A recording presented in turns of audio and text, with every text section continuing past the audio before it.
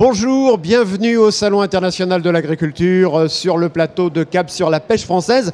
Permettez-moi de vous présenter notre invité, Dimitri Rogoff. Bonjour. Bonjour. Alors Dimitri, vous venez de Normandie, vous êtes le président de Normandie Fraîcheur Mer. Dans un instant, vous nous direz ce qu'est Normandie Fraîcheur Mer et on parlera bien évidemment de tous les produits issus de la deuxième région pour la pêche et la première région de France pour la production de coquillages. Et justement, on va aller faire un petit tour chez vous en Normandie. Nous allons aller à la pêche au bulot. Regardez plutôt.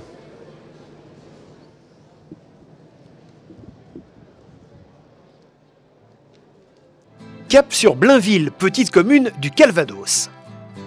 Sur la plage, des hectares de culture d'huîtres, mais aussi, à l'heure de la marée, le rendez-vous des pêcheurs de bulots. À quelques kilomètres de là, c'est justement ce qui intéresse ce spécialiste de la cuisson du bulot. La marée est tardive et les gastéropodes se font attendre. Donc on attend le dernier bateau qui va arriver là incessamment. C'est le bateau de Denis Le Couillard, le Chewam. Pendant ce temps, la marée monte et voilà justement le bateau tant attendu qui arrive au loin. Une partie des pêcheurs de bulots débarquent leur chargement en criée, comme à Granville. Le long de la côte, de nombreux bateaux livrent également des entreprises en direct, sans passer par la criée, grâce à un tracteur.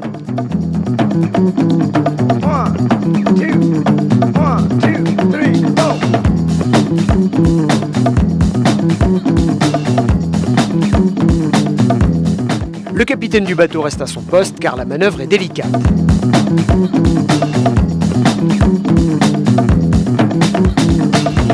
Là, je range et puis on va trier ceux qu'on va nettoyer et ceux qui sont assez propres pour être vendus comme ça.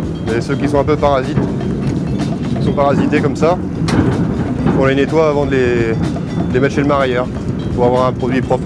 300 kg de bulots aujourd'hui, soit la moitié du quota autorisé, car le vent est fort ce jour-là. Une mauvaise météo pour pêcher le bulot, sensible au vent et au courant. Chaque année, 8000 tonnes de bulots sont pêchés sur la côte ouest du Cotentin, soit 80% de la pêche française, une spécialité répartie entre une soixantaine de pêcheurs. Une dizaine de bateaux sont sous contrat avec cette entreprise. Avantage principal, les pêcheurs peuvent livrer un produit frais, quelle que soit l'heure de leur retour de mer.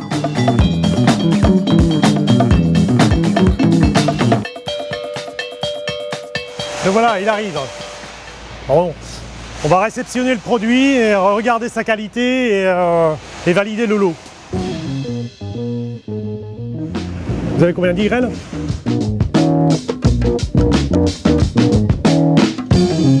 D'un coup d'œil rapide, Christophe Pépin s'assure que la taille des bulots est suffisante et surtout qu'ils sont propres, c'est-à-dire débarrassés en grande partie des parasites qui s'accrochent à leur coquille. Direction ensuite la pesée pour l'enregistrement. Donc voilà, ici on a un poids de réception que l'on a mentionné sur cette partie traçabilité. Et après, cette palette va direction frigo en attente de cuisson. Et si pour le pêcheur la journée est terminée, pour le cuiseur, elle ne fait que commencer. Christophe Pépin est responsable de production, il gère l'arrivée des bulots pêchés sur les côtes de Blainville. Une partie va être cuite, l'autre va être vendue vivante. Là, on est sur la partie du bulot frais. Donc, il est acheminé et après, il va être calibré et éliminé de sa partie parasite. 1000 tonnes de bulots sont produites ici chaque année, soit un quart du volume de la production totale de l'entreprise. C'est une calibreuse. Elle déverse le parasite qui est logé sur la coquille du bulot. Et après, donc ici, on a une partie de calibrage. Ensuite, c'est le conditionnement. Vous pouvez remarquer que certains bulots sont en mouvement. Voilà, ils bougent. C'est un signe de qualité, de fraîcheur.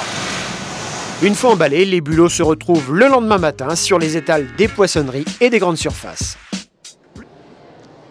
Retour sur le plateau de la pêche en question avec Dimitri Rogoff, le président de Normandie Fraîcheur Mer. Dimitri, on pourrait presque dire que les images qu'on a vues, c'est scène de la vie quotidienne en Normandie. Ah oui, en Normandie, c'est tous les jours. Tous les jours, plus de 40 espèces de débarqués avec des spécificités. La Granville, c'est un des premiers ports au monde pour la débarque de bulots. Hein. C'est vraiment l'espèce phare là-bas. Et donc tous les jours ça débarque. La Normandie, première région, on le sait peu, première région pour la production de coquillages.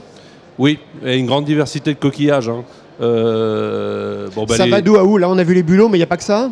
Ah bah les coquillages, ça va des petits, ce qu'on appelle les petits flions, jusqu'à passer par des Vénus, des praires, des coquilles Saint-Jacques, des pétoncles aussi, enfin une grande variété de coquillages et surtout des tonnages importants, quoi. Par exemple pour la Saint-Jacques, c'est combien? La Saint-Jacques, les deux Normandies, on estime à 15-20 000 tonnes par an, quoi. C'est la première production française. D'ailleurs, vous dites encore les deux Normandies, hein. Vous n'êtes pas encore complètement... les deux Normandies sont réunies administrativement. Au niveau de la pêche, ça va se faire dans le courant de l'année et ce sera officiel en début 2017.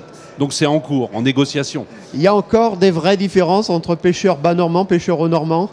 On travaille sur les mêmes espèces, mais culturellement, il y a des petites différences, notamment au niveau des flottilles. On a une flottille de très petits bateaux en ex-Basse-Normandie, et au nord de la Seine, c'est une flottille de bateaux plus gros. Et surtout, la Basse-Normandie, c'est 450 bateaux, alors que de l'autre côté, il n'y a que 150 bateaux, quoi. On a un littoral qui est beaucoup plus important, avec deux façades maritimes en Basse-Normandie, la Manche Ouest, à l'ouest de Cherbourg, et puis la Manche Est de l'autre côté. Enfin, bon, maintenant, on va avoir un très grand territoire, du Mont-Saint-Michel au Tréport, 650 km de côte quand même. Alors, reparlons de Normandie Fraîcheur Mer. C'est quoi Normandie Fraîcheur Mer? Alors Normandie Fraîcheur Mer, c'est une association loi 1901. Et c'est un groupement qualité qui regroupe tous les gens qui travaillent dans la filière pêche, du pêcheur, aller pratiquement jusqu'au consommateur. C'est-à-dire qu'on a les pêcheurs, les criers où on vend le poisson, les marailleurs qui sont les premiers acheteurs et les distributeurs qui sont les poissonniers. Et l'objet de Normandie Fraîcheur Mer, c'est de donner des outils tout du long de la filière pour que le produit arrive le plus beau possible dans l'assiette du consommateur. Et là, tout type de produits, les Saint-Jacques bien sûr, mais pas uniquement, il y a aussi du poisson. Ah, on travaille sur toutes les espèces, avec évidemment certaines espèces sur lesquelles il y a des focus accentués, comme la coquille Saint-Jacques, puisque là, on a des signes officiels, on gère des signes officiels, le label rouge sur la coquille Saint-Jacques, mais autrement, effectivement, on travaille sur les poissons, les coquillages. Le but du jeu, c'est vraiment d'améliorer la qualité et de mieux valoriser tous les produits de la mer qu'on a sur nos côtes. Comment on améliore la qualité sur un produit de pêche, donc a priori sauvage? Alors, ça part d'un principe qui est simple, c'est-à-dire qu'un poisson, un produit de la mer qui est bien traité dans le bateau aura une durée de vie plus longue après pour aller jusqu'à dans l'assiette. Donc par exemple, une coquille Saint-Jacques, c'est un geste simple, ça consiste à bien la laver, la mettre à plat dans un bac pour qu'elle garde son eau. Un poisson, ça va être très vite de le mettre au froid.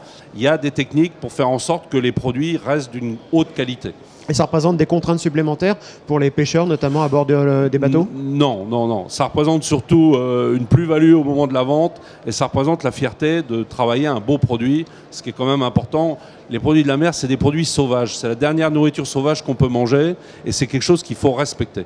Tiens, justement, à propos de produits sauvages, vous avez un projet avec une production sauvage. Moi, je pensais que c'était uniquement de l'élevage, de la culture. La moule de Barfleur. Expliquez-moi ça. Expliquez-moi cette moule de Barfleur. D'abord, on la pêche comment? Elle vient d'où? Alors, la moule de Barfleur, elle est pêchée aux alentours de Barfleur, donc à la pointe Cotentin, dans une zone à fort courant. C'est une des seules moulières naturelles, sauvages en France. Et c'est là aussi 2-3 000 tonnes de moules tous les ans. Donc, c'est une moule qui a la spécificité par rapport, par exemple, à une moule de Bouchot qu'on connaît, qui est sur des pieux et qui découvre à basse mer. Celle-ci, elle reste toujours dans l'eau. Donc, c'est une moule très blanche, très charnue, avec quelques petits crabes par moment. C'est son côté naturel. Donc, c'est vraiment une moule très différente de ce qu'on trouve habituellement, une moule de haute qualité. Et on la pêche à quelle période de l'année? On la pêche... alors, on attend que le taux de chair soit suffisant, c'est-à-dire qu'elle soit bien charnue. Ça commence vers le mois de juin, juillet, et ça dure comme ça jusqu'au mois de septembre, octobre. Et on la cuisine comment? À marinière comme les moules classiques, ou là, ça suppose un peu plus... Vous, par exemple, vous les mangez comment? Les moules, c'est comme tous les produits de la mer. Il ne faut pas masquer tout par de la sauce, quoi. Donc, une cuisson très simple. En Normandie, on rajoute une cuillère de crème, un petit verre de cidre, une échalote, et c'est bon. Alors, ce projet d'IGP moule de Barfleur, comment il se met en place? Il y a des critères particuliers, un cahier des charges à respecter? Comment ça va se passer? Alors, l'IGP, c'est un travail de longue haleine parce qu'il faut faire reconnaître la spécificité du produit, son historique. Tout ça, c'est géré par l'INAO. C'est quand même quelque chose de lourd. L'Institut des appellations d'origine contrôlée. Voilà. Et donc l'idée, c'est de bien faire reconnaître la spécificité du produit et son attachement à son lieu, quoi. C'est-à-dire que c'est un produit qu'on ne va pas trouver ailleurs, quoi. Et c'est important parce que ça permettra sur le marché de le différencier. Et les signes officiels sont un bon moyen pour les consommateurs de reconnaître les produits de qualité. Mais c'est une activité de longue haleine parce que pour obtenir cet IGP, le processus est assez long. Pour le moment, on n'en est qu'au tout début. Tout à fait, oui, c'est quelque chose d'assez long. Sur la coquille Saint-Jacques, on avait opté pour des labels rouges, qui sont des signes aussi assez lourds, mais qui sont un peu plus faciles à avoir, qui s'obtiennent un peu plus facilement. Mais ça reste effectivement un travail de longue haleine avec les professionnels, qu'ils soient pêcheurs, qu'ils soient distributeurs, pour définir des cahiers des charges qui soient précis, applicables. Mais c'est un travail qui est tout à fait gratifiant. Et alors, en matière de cahier des charges, je voudrais que vous nous parliez un petit peu de la spécificité normande. C'est que vous pêchez des produits, notamment la Saint-Jacques, qui ne sont pas soumises à des quotas européens. En revanche, vous vous êtes imposé des règles très strictes. Alors la coquille Saint-Jacques, c'est vrai, c'est une des pêcheries les plus réglementées en France. Hein. C'est-à-dire que la coquille Saint-Jacques française, on ne la pêche pas toute l'année. On la pêche du 1er octobre au 15 mai. Et dans certaines zones, il y a des gisements spécifiques qui ne sont ouverts qu'à partir du mois de décembre jusqu'à la fin février. Cette année, on a fermé ce qu'on appelle le gisement baie de Seine le 24 février. C'est des gisements où il y a une réglementation très pointue avec des quotas attachés au bateau, il y a des maximums à pêcher, des jours de pêche, on pêche 4 jours la semaine et des heures de pêche. Donc c'est vraiment beaucoup de contraintes, mais qui sont là d'une part pour faire en sorte que la ressource puisse durer dans le temps, se renouveler, et puis aussi pour mieux la valoriser.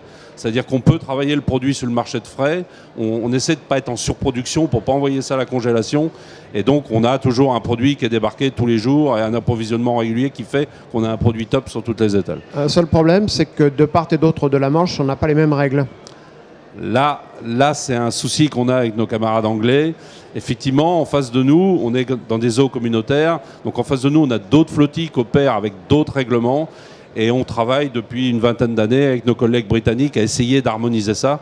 C'est vrai que c'est long, c'est vrai qu'on s'accroche. Mais bon, ça fait partie de la vie, ça aussi. D'un mot, Dimitri, avant de conclure, ça permet d'attirer des jeunes vers ce métier, tous ces signes de qualité, la valorisation des produits? Oui, je pense que le pêcheur est fier de ce qui débarque. Hein. C'est vraiment les produits de la mer, c'est des beaux produits, quoi. Il n'y a pas de transformation, il n'y a rien. Et la pêche, c'est encore un métier qui nourrit son homme. Et c'est un beau métier, ça reste un métier d'aventure, ça reste un métier à l'air libre. Donc c'est un métier pour les jeunes, il faut y penser à la pêche, quoi. Il y a de l'avenir en mer. Eh bien, ce sera le mot de la fin. Merci Dimitri Rogoff. Fin de cette émission. Demain, je vous retrouve ici à la Porte de Versailles, mais nous mettrons cap au sud, direction les Côtes Aquitaines. À demain.